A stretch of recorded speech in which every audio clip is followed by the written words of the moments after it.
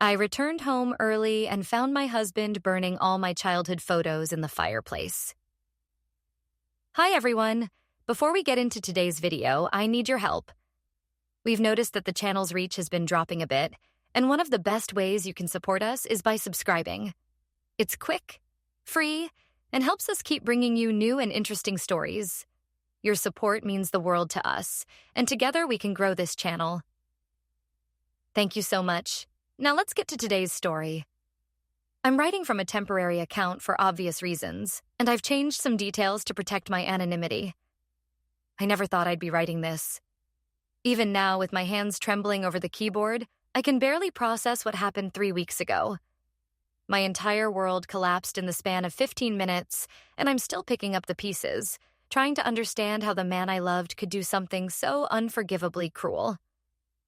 Let me start from the beginning, because I need you to understand what those photographs meant to me. I need you to understand what he destroyed. I grew up in a small town in upstate New York, the kind of place where everyone knows everyone and time seems to move slower than the rest of the world. My childhood wasn't perfect, but it was mine. My parents divorced when I was 7, and my mother struggled with depression for most of my youth. My father remarried quickly and started a new family, and I became something of an afterthought in his life. But I had my grandmother. God, I had my grandmother. She was the one constant in my chaotic childhood.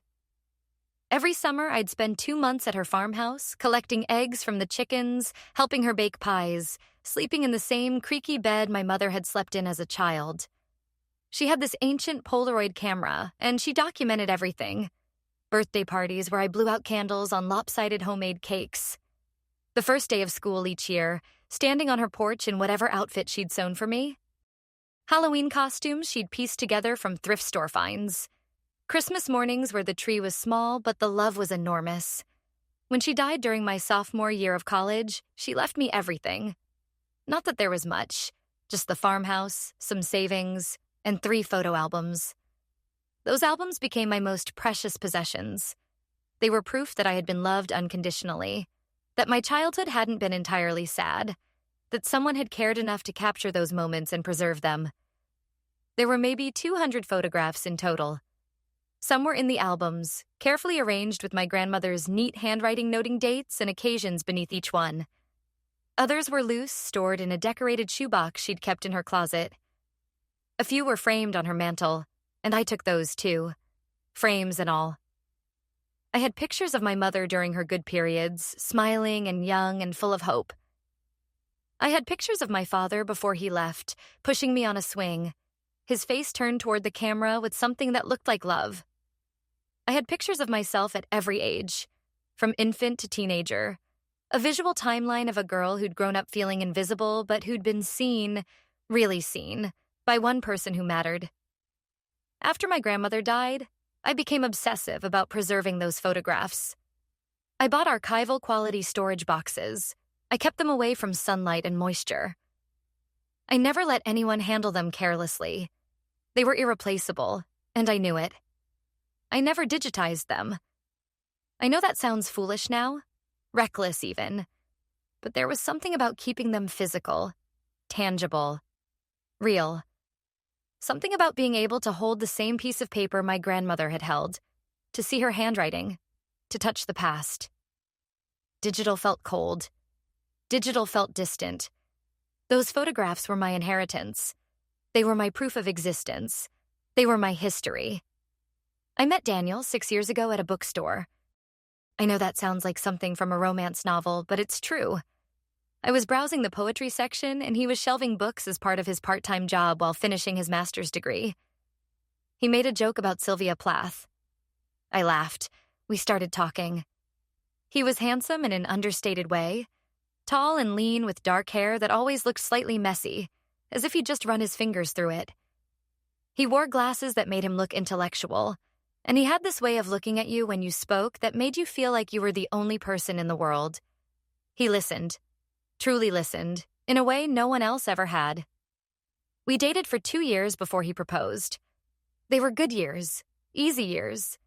He was patient with my anxieties, understanding about my complicated family history, supportive of my career as a freelance graphic designer. When I told him about my childhood, about my grandmother, about the photographs, he held my hand and said all the right things. "Those memories are important," he told me once, his thumb rubbing circles on my palm. "They made you who you are. I'm glad you have them." I showed him the albums on our third date. We sat on my apartment floor with Chinese takeout and cheap wine, and I walked him through my history. He asked questions. He smiled at the pictures of me with missing teeth and scraped knees. He listened as I told him stories about my grandmother's farmhouse, about the way she'd sing while cooking, about the lavender she grew in her garden. "She sounds like she was an amazing woman," he said. "I wish I could have met her." That's when I knew I loved him. That's when I knew he was safe. We got married in a small ceremony with just close friends and family. My mother came, medicated and stable, wearing a dress I'd bought her. My father didn't come, but I'd expected that. Daniel's family was warm and welcoming, and his mother hugged me like I was already her daughter. We moved into a small house in the suburbs, the kind with a front porch and a backyard and a fireplace we never used because the central heating worked fine. I set up my home office in the spare bedroom. Daniel got a job as a high school English teacher. We adopted a cat named Morrison. Life was good. Life was stable. I put my photograph albums in the living room on a shelf next to our books. Sometimes I'd take them down and look through them, remembering. Sometimes Daniel would sit with me, and I'd tell him the stories again. He never seemed bored. He always seemed interested. "Your grandmother must have loved you so much," he'd say. "You can see it in every picture." I thought he understood. I thought he got it. The first 4 years of our marriage were mostly happy. We had the normal struggles, the small fights about dishes and money and whose turn it was to clean the litter box, but nothing serious. Nothing that felt dangerous. Daniel was a good husband in most ways. He cooked dinner 3 nights a week. He remembered anniversaries and birthdays. He supported my work, even when freelancing meant inconsistent income. He talked about wanting kids someday, and I was starting to think I might want that too, with him. But there were small things, looking back now, that should have warned me. He didn't like when I talked too much about my grandmother. At first, I thought he was just trying to keep me from dwelling on sad memories, but it was more than that. He'd change the subject or suggest we watch a movie instead. Once, when I was having a particularly hard day around the anniversary of her death, I pulled out the albums for comfort, and he sighed. "Maybe you shouldn't look at those when you're already feeling down," he said. "It just makes you sadder." I told him he didn't understand. He apologized. We moved on. He also didn't like when I talked to my mother. She'd gotten better over the years, more stable on her medication, attending therapy regularly. We'd rebuilt our relationship slowly, carefully. But every time I mentioned plans to visit her or talked about a phone conversation we'd had, Daniel got quiet. "I just worry about you getting hurt again," he'd say. "She wasn't always there for you when you were a kid." "She was sick," I'd respond. "She's doing better now." "I know," he'd say, but his jaw would tighten. "I just want to protect you." At the time, I thought it was sweet. I thought he was being protective because he loved me. There were other things, too. He didn't like my college friends, said they were bad influences, even though we just met for brunch once a month.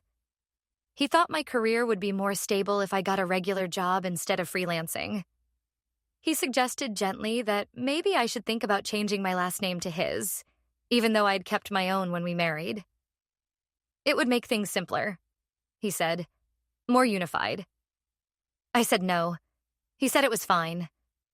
But I noticed he'd started introducing me as Mrs. Patterson to his coworkers, even though my name was still Emily Grant. These things added up so slowly that I didn't see the pattern. I didn't see the way he was trying to reshape me, to cut away the parts of my past that didn't fit his vision of who I should be. Things changed about 8 months ago. Daniel's father died suddenly of a heart attack, and Daniel took it hard. He'd been close to his dad, and the grief transformed him. He became withdrawn, moody, prone to snapping at me over nothing. I tried to be understanding. I tried to give him space while also being supportive. But he started drinking more. Just a glass or two of whiskey in the evening at first, then more, then earlier in the day on weekends. He stopped going to his therapy appointments, the ones he'd started after his father's death. He stopped cooking. He stopped asking about my day. I suggested couples counseling. He said we didn't need it, that he just needed time. I believed him. He also became fixated on the past in a strange way. He'd ask me questions about my childhood, but not in the gentle, interested way he used to. These questions felt different, almost interrogative. "Did your father ever hit you?" he asked once, out of nowhere. "What?" "No, he was absent, not abusive." "Are you sure? You don't remember anything?" "I'm sure, Daniel. Why are you asking me this?" "Just trying to understand you better." But it didn't feel like understanding. It felt like excavation, like he was digging for something specific. He started making comments about my mother, too. Cruel comments disguised as concern. "Your mother abandoned you emotionally for years. That's a form of abuse, you know. She was ill. I've forgiven her. Have you? Or have you just convinced yourself it's okay?" These conversations left me feeling unsettled, defensive, confused. I started avoiding talking about my family altogether, which seemed to please him. About 3 months ago, I noticed one of my photograph albums had been moved. I kept them in a specific order on the shelf, chronological, and the middle album was now on the end. When I asked Daniel if he'd been looking at them, he said no, that I must have moved it myself and forgotten. But I knew I hadn't. 2 weeks after that, I found one of my loose photographs on the floor, half tucked under the couch. It was a picture of my grandmother and me baking Christmas cookies. The corner was bent. I asked Daniel about it, and again he claimed ignorance. "Morrison probably knocked it down," he suggested, nodding toward our cat. Maybe. But Morrison had never bothered the photographs before. I started keeping the albums in my office, locked in a filing cabinet. Daniel noticed. "Why are you hiding them?" he asked, and there was an edge to his voice. "I'm not hiding them. I'm protecting them. They're delicate." From what? From accidents. From getting damaged. He stared at me for a long moment, and I saw something in his expression I couldn't quite read. Anger? Resentment? Something darker? "They're just pictures, Emily." "They're not just pictures to me." He walked away without responding. March 15th, a Thursday. I remember because I'd had a dentist appointment that morning, a routine cleaning that was supposed to take an hour. The dentist was running behind, so by the time I finished, it was almost noon. I'd planned to go to a coffee shop and work for the rest of the afternoon, but I'd forgotten my laptop charger at home. I decided to run back to the house quickly, grab it, and then head out. It was a beautiful day, the kind of early spring day where everything smells like possibility, where the sun is warm, but the air is still crisp.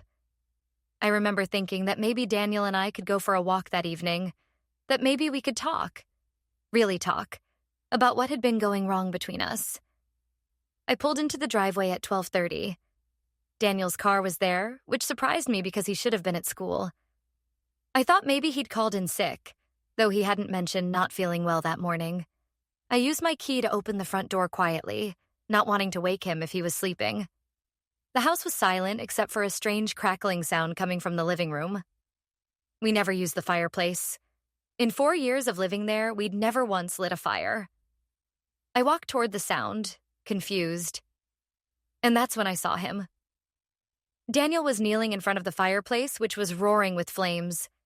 In his hands was one of my photograph albums, opened, and he was systematically removing pictures and tossing them into the fire. The coffee table next to him was covered with my photographs, all of them, spread out like a grotesque buffet. My albums lay empty and discarded on the floor. I watched, frozen in the doorway, as he threw a picture of my grandmother into the flames. Then another. Then a picture of me at my 8th birthday party, blowing out candles. "Daniel?" My voice came out as a whisper. He turned to look at me, and his face showed no guilt, no shame, no surprise. Just a cold, calm expression, like he'd been caught doing something perfectly reasonable. "You're home early," he said, as casually as if I'd walked in on him reading a book. I couldn't move. I couldn't breathe. My eyes went to the fire, to the photographs curling and blackening in the heat, my history turning to ash. I saw my mother's face melting. I saw my grandmother's handwriting disappearing. I saw myself as a child, vanishing. "What are you doing?" I managed to choke out. "What does it look like?" He stood up, dusting off his hands. "I'm getting rid of these." "Why?" The word came out as a scream. "Why?" He looked at me with something like pity. "Because you need to let go, Emily. You're obsessed with the past. It's not healthy." I rushed forward, trying to save what was left, but he caught my arm, held me back. His grip was firm, just short of painful. "Don't," he said. "It's better this way." "Better? Better?" I was sobbing now, fighting against his hold. "Those are my only pictures, my only memories. You're destroying my history." "You don't need these pictures to have memories," he said, so calm, so rational. "The memories are in your head. These are just paper." I wrenched my arm free and dove for the coffee table, grabbing handfuls of photographs, trying to save what I could. But there were so many in the fire already, so many gone. Years of my life, moments I'd never get back, people I'd never see again, all reduced to smoke and ash. Daniel didn't try to stop me this time. He just watched as I frantically gathered the remaining photographs to my chest, maybe 50 or 60 left out of 200. I was crying so hard I could barely see, clutching the pictures like they might disappear if I loosened my grip. "Why?" I asked again, quieter now, devastated. "Daniel, why would you do this?" He sat down on the couch, looking tired. "Because I'm trying to save our marriage." I stared at him, not comprehending. The remaining photographs were pressed against my chest, my hands shaking. The fire crackled behind me, still consuming what was left of my childhood. "Save our marriage?" I repeated, my voice hoarse from crying. "By destroying the most important things I own?" "Those pictures were destroying our marriage," he said, and he actually sounded like he believed it. "You're so attached to a past that's dead. Your grandmother is dead. Your childhood is over, but you can't let go. That doesn't give you the right. Every time you look at those pictures, you disappear." He interrupted, his voice rising. "You go somewhere I can't reach you. You become that sad little girl again, and I lose you. I've been losing you to ghosts for 6 years, Emily." I shook my head, unable to process what he was saying. "You're insane. You've lost your mind." "I'm clear-headed for the first time in months," he said, standing up. "After my father died, I realized how short life is, how we waste it on things that don't matter. You've been wasting our marriage on dead people and old photographs. They matter to me. More than I do, apparently." There was real bitterness in his voice now. "You locked them away from me. You hid them like I was some kind of threat. That's when I knew they'd become a problem. You were a threat. You were moving them, damaging them. I was trying to make you see how much control they had over you." He ran his hands through his hair, agitated. "Every time you had a bad day, you'd pull out those albums. Every time we had a fight, you'd go looking at pictures of your grandmother instead of talking to me. You were using them to escape our real life." "That's not true." "It is true. You've been using that dead woman as an excuse to avoid being fully present in our marriage. You've kept one foot in the past because you're afraid of the future." I felt like I'd been slapped. My grandmother loved me. She was the only person who... "She's dead, Emily. She's been dead for over a decade. You need to let her go." I backed away from him, suddenly afraid. This wasn't the man I'd married. This was someone else wearing his face, saying cruel things in his voice. "I want you to leave," I said quietly. "This is my house, too." "I don't care. Get out. Get out right now." He looked at me for a long moment and something shifted in his expression. The manic energy drained away, replaced by something worse. Resignation. There's something else you should know, he said, his voice flat now. Something I found. I don't want to hear it. You need to hear it. He walked over to the fireplace and reached up to the mantel, pulling down an envelope I hadn't noticed. It was old, yellowed with age, and it looked like it had been opened and resealed multiple times. I found this 2 months ago when I was looking through that box of loose photos, he said, holding it out to me. It was hidden at the bottom, underneath everything else. I didn't take it. I don't care what it is. It's a letter from your grandmother to your mother, written a month before your grandmother died. My heart stuttered. What? Read it, he said, pushing the envelope toward me. And then you'll understand why I did this. My hands were shaking so badly I could barely open the envelope. Inside was a piece of stationery covered in my grandmother's familiar handwriting. The date at the top was December 2012. She'd died in January 2013. I read, and my world collapsed all over again. My dearest Margaret, I'm writing this letter because I need to tell you the truth, and I'm too much of a coward to say it to your face. The doctors say I have maybe 2 months left, 3 at the outside, and I can't leave this world with this secret weighing on my soul. Emily is not your daughter. I know. I know what this means, what this destroys, but you deserve to know. And Emily deserves to know. Though God help me, I hope she never has to. Do you remember that summer when Emily was 3? When you had your first major breakdown and had to be hospitalized? You were gone for 4 months. Robert had already left by then. I told everyone I was taking care of Emily, which was true, but there's more to it than that. Robert came to me before he left. He told me Emily wasn't his child. He told me you'd had an affair with someone from your office, that he'd found out, that he couldn't stay. He showed me the paternity test he'd done in secret. He was telling the truth. I begged him not to tell you. I begged him to keep this between us, to let Emily grow up thinking he was her father, even if he wasn't going to be present. He agreed, on the condition that he owed Emily nothing. No child support, no visits, no relationship. He walked away clean. I never told you because you were so fragile, Margaret. You just lost your husband. You were barely holding on. I thought if I told you the truth, you might not survive it. And Emily was so small, so innocent. She didn't need to know that her father wasn't her father, that she was the product of a mistake you'd made. Over the years, I tried to tell you so many times, but you were dealing with so much, and Emily was happy enough with me, and it seemed cruel to burden both of you with this truth. So I kept the secret. I kept photographs of you and Robert and Emily like a little family, even though it was a lie. I documented Emily's childhood like it was normal, like she came from love instead of betrayal and confusion. But I'm dying now, and I need you to know. Emily's biological father was a man named Marcus Webb. I hired a private investigator 5 years ago and tracked him down.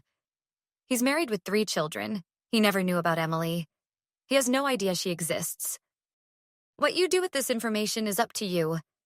Maybe you'll tell Emily someday. Maybe you'll never tell her.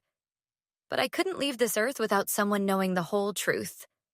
I've loved Emily like she was my own granddaughter because, in every way that matters, she is. Blood doesn't make a family, Margaret. Love does. But she deserves to know where she comes from, even if the truth is complicated. I'm sorry. I'm sorry I kept this from you. I'm sorry I built Emily's childhood on photographs that told a partial story. I'm sorry for all the ways I failed you both. With all my love and regret, Mom. I read the letter 3 times, trying to make sense of it. Trying to make it not real. But there it was, in my grandmother's handwriting, destroying everything I thought I knew about myself. I wasn't who I thought I was. My father wasn't my father. My mother had been lying to me my entire life. My grandmother had been lying to me my entire life. Those photographs, those precious memories I'd guarded so carefully, they were built on deception. I looked up at Daniel, who was watching me with something like satisfaction in his eyes. Now, do you understand? he asked. Your whole childhood was a fiction. Those photographs weren't precious memories, they were evidence of lies. Your grandmother created a fantasy world for you, and you've been living in it ever since. How long have you known? My voice sounded distant, like it was coming from someone else. 2 months. I found the letter in February, like I said. I tried to figure out what to do with it. I thought about telling you, but then I realized maybe it was better if those photographs just disappeared. Maybe if the evidence of the lies was gone, you could finally move forward. So you decided to destroy them. It wasn't a question. I decided to free you, he corrected. From the lies, from the past, from the fantasy. Now you can build a real future based on truth, not fairy tales. I stood there, the letter in one hand, the salvaged photographs in the other, and I felt something crack open inside me. Not breaking, exactly. Transforming. You read a letter that wasn't addressed to you, I said slowly, carefully. You found out a secret about my family. A secret my grandmother wanted my mother to know. Not you. Not me. And instead of talking to me about it, instead of letting me decide how to handle this information, you took it upon yourself to destroy my property, my history, my choice. I was trying to help. You violated my privacy. You destroyed irreplaceable photographs. You made a decision about my life, about my past, about my future without my consent.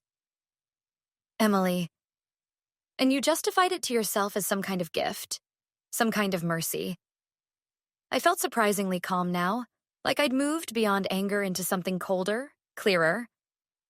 You told yourself you were saving me, but really you were just controlling me. That's not fair. Isn't it? I walked over to where the empty albums lay on the floor, carefully placing the salvaged photographs inside one of them. You've been trying to control me for months, isolating me from my friends, discouraging my relationship with my mother, criticizing my career choices. I see it now. You've been trying to reshape me into someone who fits your vision, and when these photographs kept reminding me of who I actually am, you decided they had to go. You're twisting everything. No. I closed the album gently, treating the remaining photographs with the reverence they deserved. I'm finally seeing clearly. You didn't burn these pictures to help me. You burned them because they threatened you. Because as long as I had evidence of a time before you, as long as I had proof that I was loved by someone who wasn't you, you couldn't completely control me. He stared at me, and I saw the mask slip completely.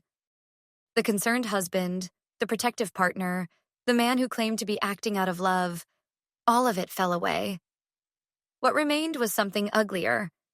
Resentment, possessiveness, anger.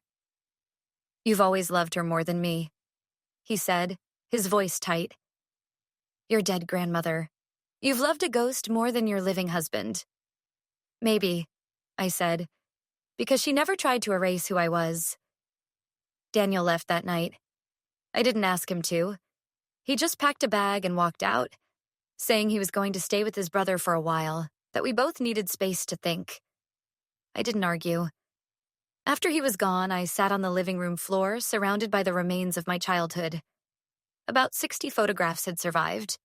The rest, around 140, were gone forever. The fire had burned down to embers. I went through what remained, cataloging what I still had and what I'd lost. I'd kept most of the pictures of my grandmother, thank God. I had a few of my mother, a handful of school pictures, some holiday photos, but so many were gone. My first day of kindergarten, Halloween costumes, birthday parties, summer afternoons at the farmhouse, random moments of joy that my grandmother had deemed worthy of preserving. And yes, the photographs of the man I'd thought was my father. Those were mostly gone too, which felt appropriate in a horrible way. I didn't sleep that night. Instead, I did something I should have done years ago. I carefully removed each surviving photograph from the album and scanned them, creating digital backups.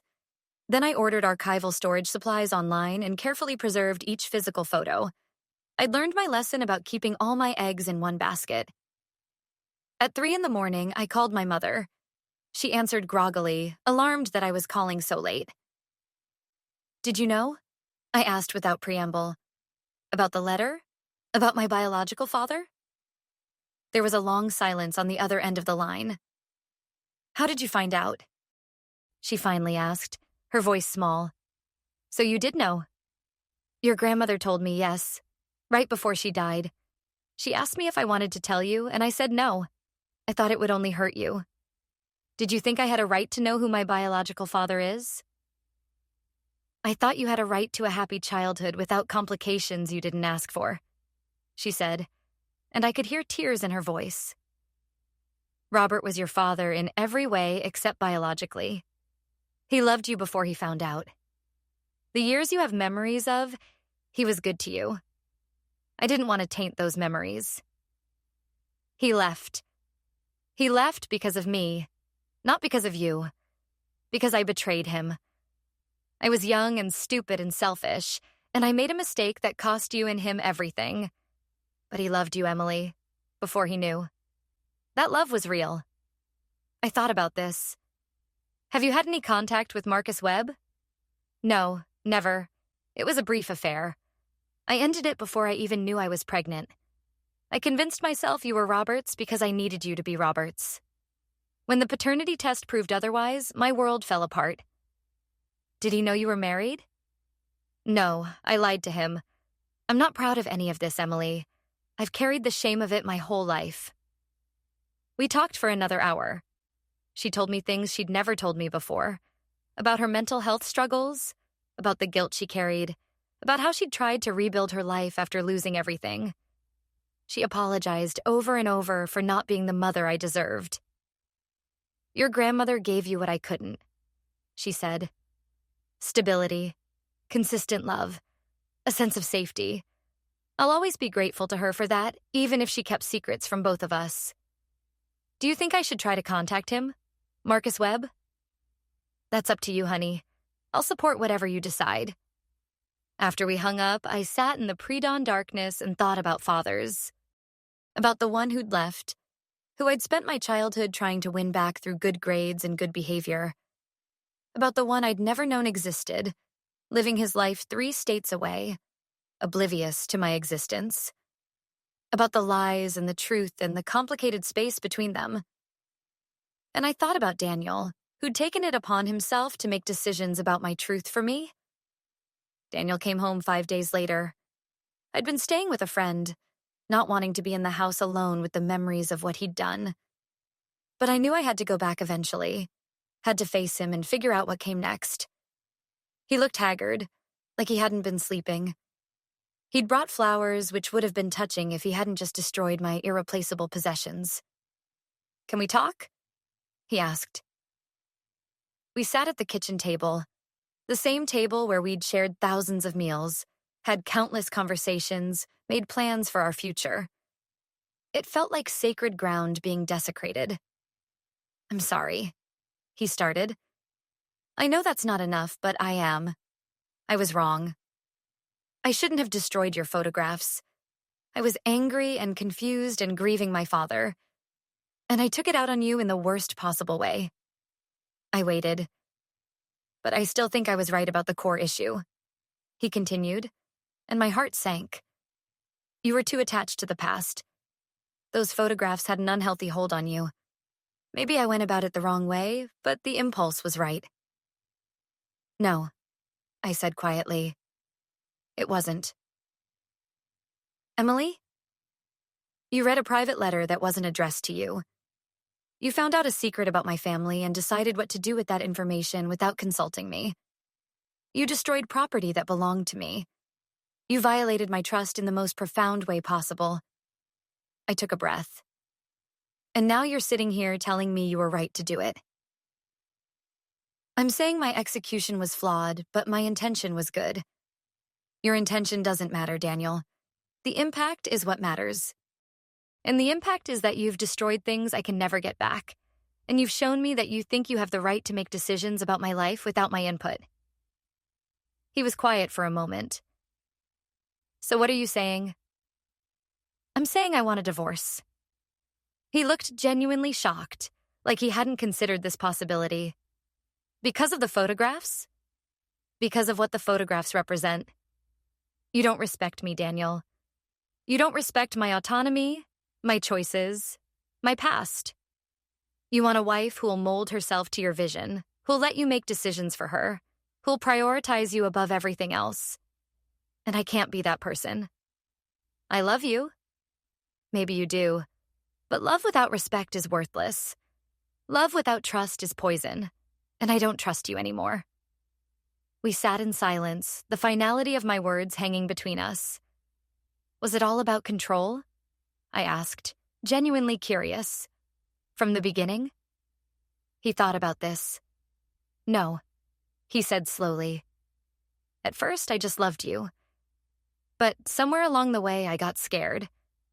Scared you'd leave. Scared you'd realize you could do better. Scared I'd lose you like I lost my father. And scared people try to hold on too tight. They try to eliminate threats, even when those threats aren't real. My photographs weren't a threat. No, but they reminded you that you existed before me, that you had a whole life, a whole identity that didn't include me. And I couldn't stand that. At least he was being honest now. What will you do? He asked. About your biological father? I don't know yet. I'm going to take time to process all of this, and then I'll decide. He nodded. For what it's worth, I hope you find what you're looking for. I'm not looking for anything, I said. I'm just trying to figure out who I am without all the lies. That was 3 weeks ago. Daniel moved out completely, staying with his brother while we navigate the divorce process. The house is mine. I bought him out of his half with money from selling my grandmother's farmhouse, which I'd been renting out for years. It felt right somehow, using her legacy to secure my future. I'm not going to lie and say I'm okay. I'm not. I have nightmares about the fire, about watching my history burn. I wake up feeling sick, mourning photographs I'll never see again. I've been going to therapy twice a week, working through the trauma of Daniel's betrayal and the revelation about my paternity. But I'm also discovering things about myself that I'd forgotten. Without Daniel's constant commentary on my life, I've reconnected with my college friends. I've been calling my mother more often, and we're building something stronger than we had before, something based on honesty instead of carefully curated half-truths. I've been thinking a lot about Marcus Webb, my biological father, the man who has no idea I exist. Part of me wants to reach out, to introduce myself, to ask questions about medical history and personality traits, and whether he likes poetry too. But another part of me hesitates, knowing that my existence might complicate his life, might hurt his family, might open wounds that don't need opening. I hired the same private investigator my grandmother used. He confirmed that Marcus Webb is still alive, still married to the same woman, still living in Pennsylvania with his 3 grown children. The investigator sent me a photograph, taken from a distance at some public event. I stared at that picture for hours, looking for traces of myself in his face. I found them. The shape of my eyes. The way he smiles, slightly crooked. The height, the build, the hands. It was like looking at a genetic map, seeing where pieces of me had come from. But I haven't contacted him yet. Maybe I will someday. Maybe I won't. I'm learning that not every question needs an immediate answer, that some truths can wait until I'm ready to handle them. What I have done is start creating new memories, new photographs. I bought a camera, a good digital one with manual settings and interchangeable lenses. I've been documenting my life now, in this moment as I rebuild myself from the ashes. I photographed the divorce papers the day I signed them, not as a memorial to my failed marriage, but as evidence of my courage to walk away from something toxic. I photographed my mother last weekend when she visited. We went to a botanical garden, and I took pictures of her laughing among the flowers, looking healthier and happier than I'd seen her in years. We talked about my grandmother, about the secrets she kept, about forgiveness and moving forward. I asked her to tell me stories about my childhood that weren't captured in photographs, and she did, filling in gaps with memories I didn't know existed. I photographed my grandmother's grave. I brought flowers and sat there for an hour, telling her about everything that had happened. I was angry with her for keeping secrets, but I was also grateful for the love she'd given me, complicated as it was. People are never just one thing, I'm learning. They're contradictions and complications and good intentions mixed with bad decisions. I even photographed the fireplace where Daniel burned my pictures. Not because I want to remember the trauma, but because I want to document that I survived it. The fireplace is just a fireplace now. It has no power over me anymore. Here's what I understand now. 3 weeks out from the worst day of my life. The photographs were never the point. They were important, yes. They were precious, yes.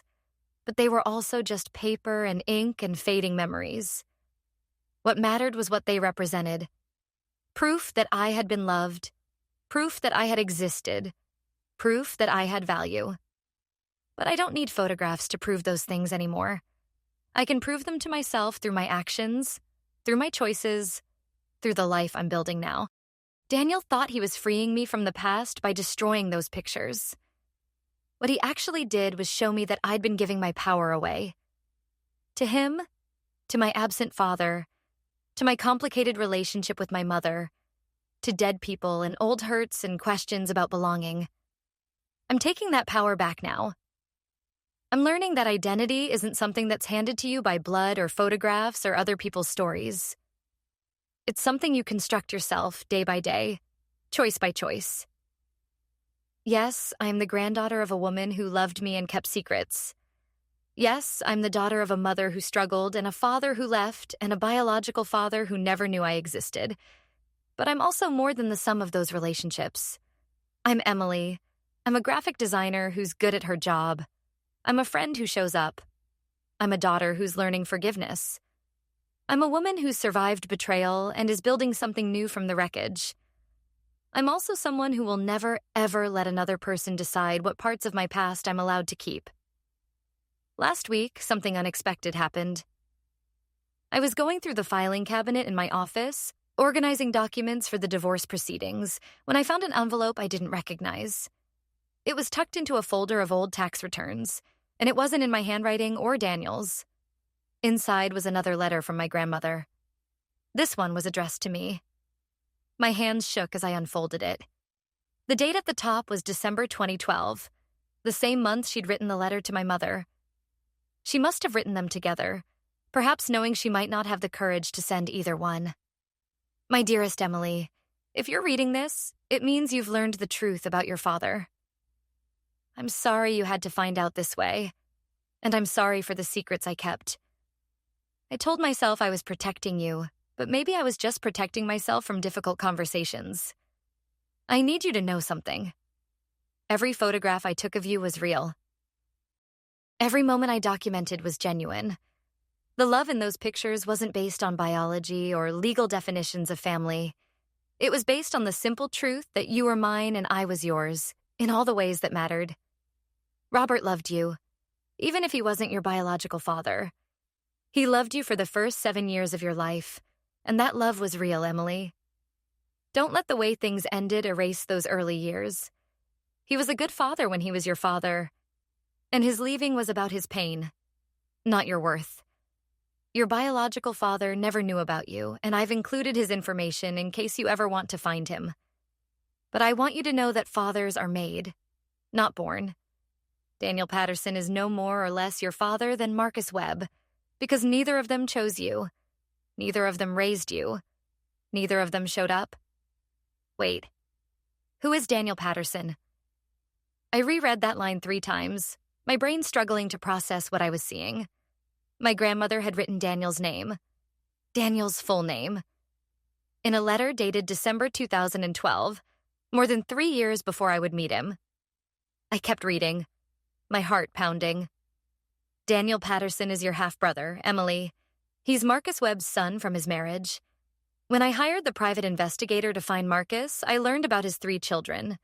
Daniel, age 24, and 2 daughters, ages 19 and 21.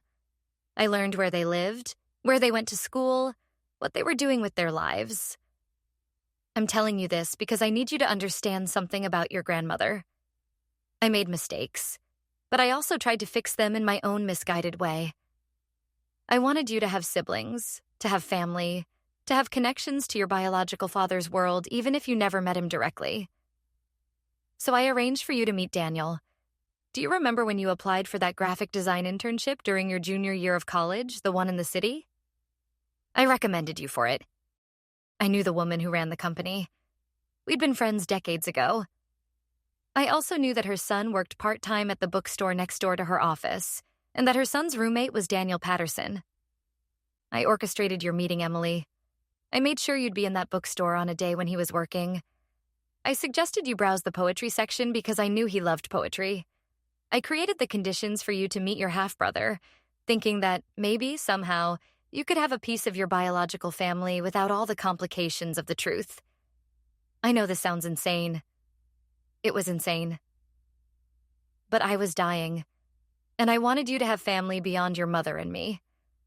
I wanted you to have someone who shared your blood, even if neither of you knew it. I never told Daniel who you were. I never told Marcus about you. I just created the circumstances and hoped that fate would do the rest. When I heard you'd started dating him, I was thrilled and horrified in equal measure. I convinced myself it would be fine, that blood doesn't determine romantic attraction, that you'd never have children together, so the genetic risks didn't matter. But then I got sicker, and I realized what I'd done. I realized I'd created a situation based on lies, just like I'd created your childhood based on lies. I tried to figure out how to fix it, but I ran out of time. I'm leaving you this letter along with the one for your mother, hoping that somehow, someday, you'll both know the whole truth. You deserve better than the tangled web I've woven, Emily. You deserve clarity and honesty and the chance to make your own choices. If you're reading this after you've married Daniel, I'm so sorry. I've ruined everything. But if you're reading this before, please, please don't marry him. Not because he's a bad person, but because he's your brother, and you both deserve to know the truth before you build a life on a foundation of my lies. I love you more than anything in this world. That's why I documented every moment of your childhood, why I tried to build you a family, why I kept these terrible secrets. I was trying to give you everything I thought you needed, but I ended up giving you a mess instead. Please forgive me. All my love, Grandma. I dropped the letter. It fluttered to the ground like ash. Daniel was my half-brother. I'd married my half-brother. My grandmother had orchestrated our meeting, had created the circumstances that led to our relationship, had known the whole time what she was doing, and had let it happen anyway. I ran to the bathroom and vomited. When I could think again, when I could breathe again, I called my mother. She didn't know. My grandmother had never told her about Daniel, had never revealed that part of her scheme. My mother was as shocked as I was, as horrified, as devastated by the layers of deception. I called the private investigator. I had him verify everything in the letter. It took 3 days. It was all true. Daniel Patterson, my husband, was the biological son of Marcus Webb. He was my half-brother. We shared a father, though neither of us had known it. I thought about all the times I'd felt like something was off in our relationship, like we were playing roles rather than being genuine. I thought about how he'd always seemed more interested in controlling my narrative than in understanding me. I thought about the way he'd isolated me from my past, tried to erase my history, burned my photographs. Had he known? Some part of me wondered if he'd figured it out. If that's why he'd been so threatened by my grandmother's photographs, by the evidence of my history. But no, I couldn't believe that. Daniel had his flaws, but he wouldn't have married me if he'd known we were siblings. Would he? I drove to his brother's house where he was staying. I didn't call ahead. I just showed up with the letter in my hand and 1,000 questions burning in my throat. He opened the door looking surprised to see me. We'd been communicating only through lawyers for the past 2 weeks, keeping things cold and professional. I didn't wait for him to invite me in. I pushed past him into the house. His brother wasn't home, thank God. I couldn't have this conversation with an audience. I threw the letter at him. It hit his chest and fell to the floor. He picked it up, confused. I watched his face as he read it, watched the color drain from his skin, watched his expression cycle through disbelief and horror and something else I couldn't quite identify. When he finished, he looked up at me with devastated eyes. "We're siblings." He nodded, unable to speak. I waited for him to say something, anything, but he just stood there holding the letter, his hands shaking. "Did you know?" My voice was surprisingly steady. "What?" "No. No, Emily, I swear to God, I had no idea." "Then why did you burn the photographs? Why did you try so hard to erase my past?" He sank onto the couch, the letter still clutched in his hand. "I don't know. I really don't know. I was jealous of your grandmother, of how much you loved her, of how much space she took up in your life. When I found that first letter, the one about your biological father, I thought maybe if you knew the truth about your childhood being built on lies, you'd let go of that attachment. You'd turn to me instead. But you never told me what you'd found, because I was afraid." He looked up at me, and I saw genuine fear in his eyes. "I was afraid that if you started digging into your past, you'd find out about Marcus Webb. And if you found him, you might find out about me." Some part of me knew, Emily. Not consciously, but some part of me knew there was a connection between us that didn't make sense. You knew we might be related, and you still married me? You still lived with me for 4 years? I didn't know, no. I just had this feeling, this sense that something was wrong about our relationship. That's why I was so controlling. I was trying to prevent you from discovering what I was afraid to discover myself. We sat in silence, the weight of this revelation crushing us both. "So what now?" I finally asked. "Now we get the divorce finalized as quickly as possible." He wiped his eyes. "Now we never speak to each other again. Now we both try to forget this nightmare ever happened. It's not that simple. We were married. We were intimate. We built a life together, based on lies." His voice was bitter. "Your grandmother's lies, the universe's sick joke, fate's twisted sense of humor. None of it was real, Emily. Our entire relationship was a house of cards built on a foundation that didn't exist." "I loved you," I said quietly. "For a long time, I really loved you. I loved you too. But we were loving an illusion.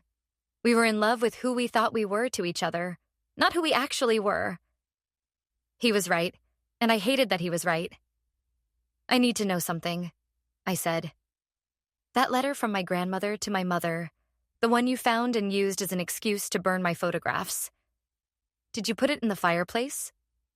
Did you try to burn it too?" He looked away, which was answer enough. "Where is it now?" I pulled it out at the last second. "It's in my desk drawer at school. I'll give it back to you." "Why did you try to burn it?" "Because I wanted to erase all evidence of Marcus Webb's existence. I wanted to cut off any path that might lead you to him, to his family, to me. I wanted to keep you in a bubble where the only reality was the one I controlled." "And the other letter? The one addressed to me?" "What other letter?" I told him about finding it in my filing cabinet, about my grandmother's confession of orchestrating our meeting. He looked stricken. She knew. She knew what she was doing, and she let it happen anyway. She was dying. She was desperate. She wanted me to have family. She gave you me. His laugh was hollow. "She gave you a brother disguised as a husband. What a gift." We sat there in the wreckage of our relationship, two people who'd been manipulated into loving each other, who'd built a marriage on a lie neither of us had known we were telling. "I should hate you," I finally said, "for burning my photographs, for trying to control me, for all of it." "But you don't?" "I don't know what I feel anymore. You're my brother, my husband, my abuser, my victim. You're everything and nothing all at once." He nodded slowly. "I know exactly what you mean. That was 2 days ago.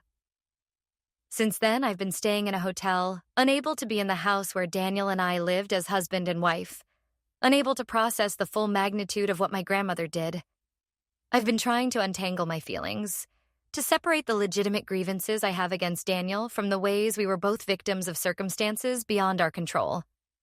He did terrible things. He violated my trust, destroyed my property, tried to control and isolate me.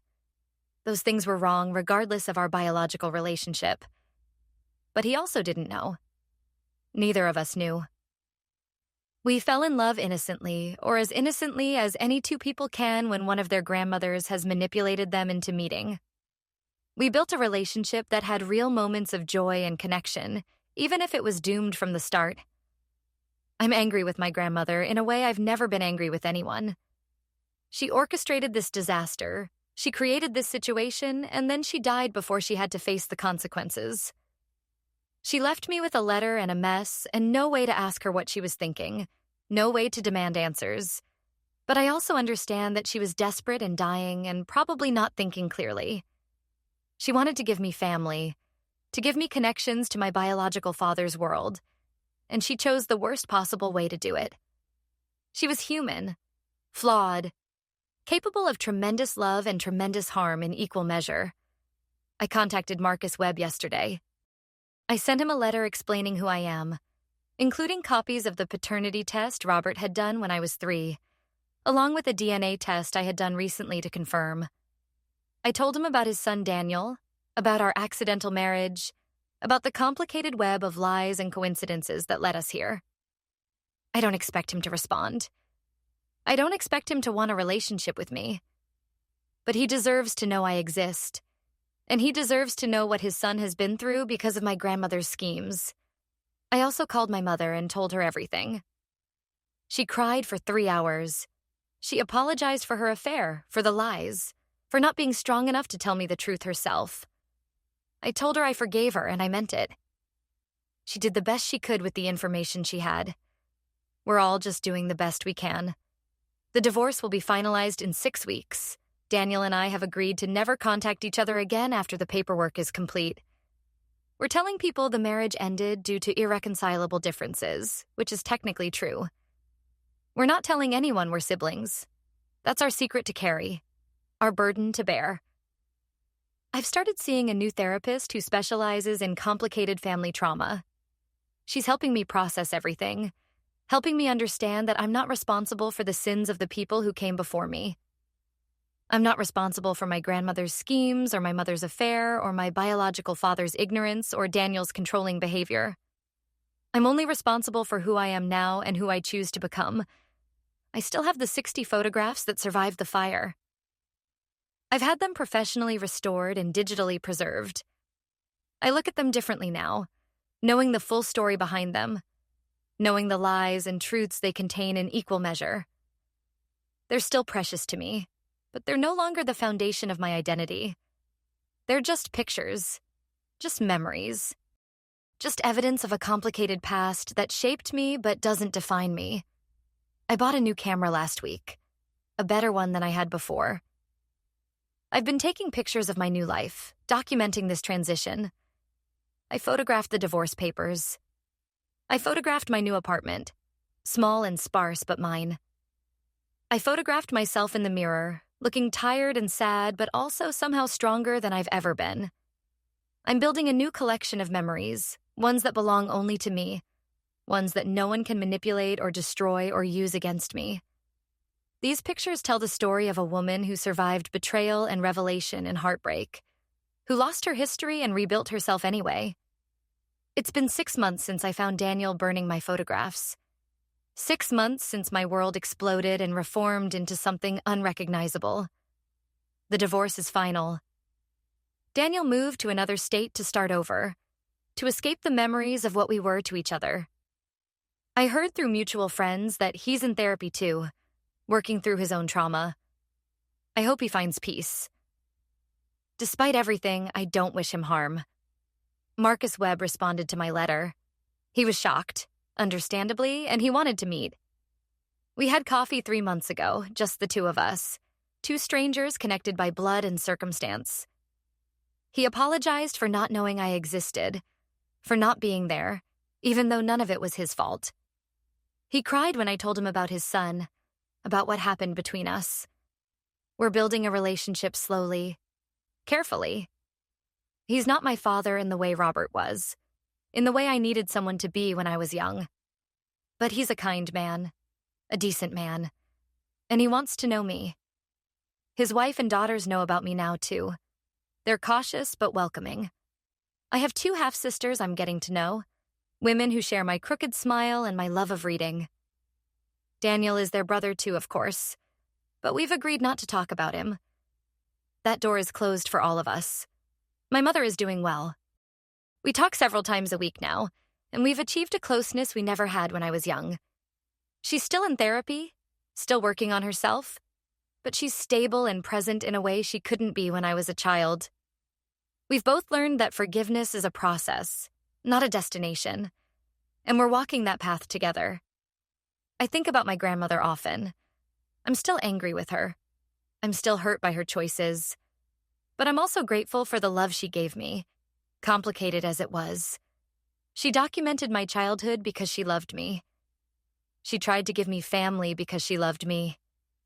She made terrible decisions because she loved me. Love doesn't excuse harm, but it does explain it. I keep her photographs in a special album now, the ones that survived. Sometimes I look at them and see only the lies. Other times I look at them and see a little girl who was loved fiercely by a woman who did her best, even when her best wasn't good enough. Both things can be true at once. I've been taking more photographs lately. I document everything now, but not obsessively, not desperately. I take pictures of sunsets and coffee cups and city streets.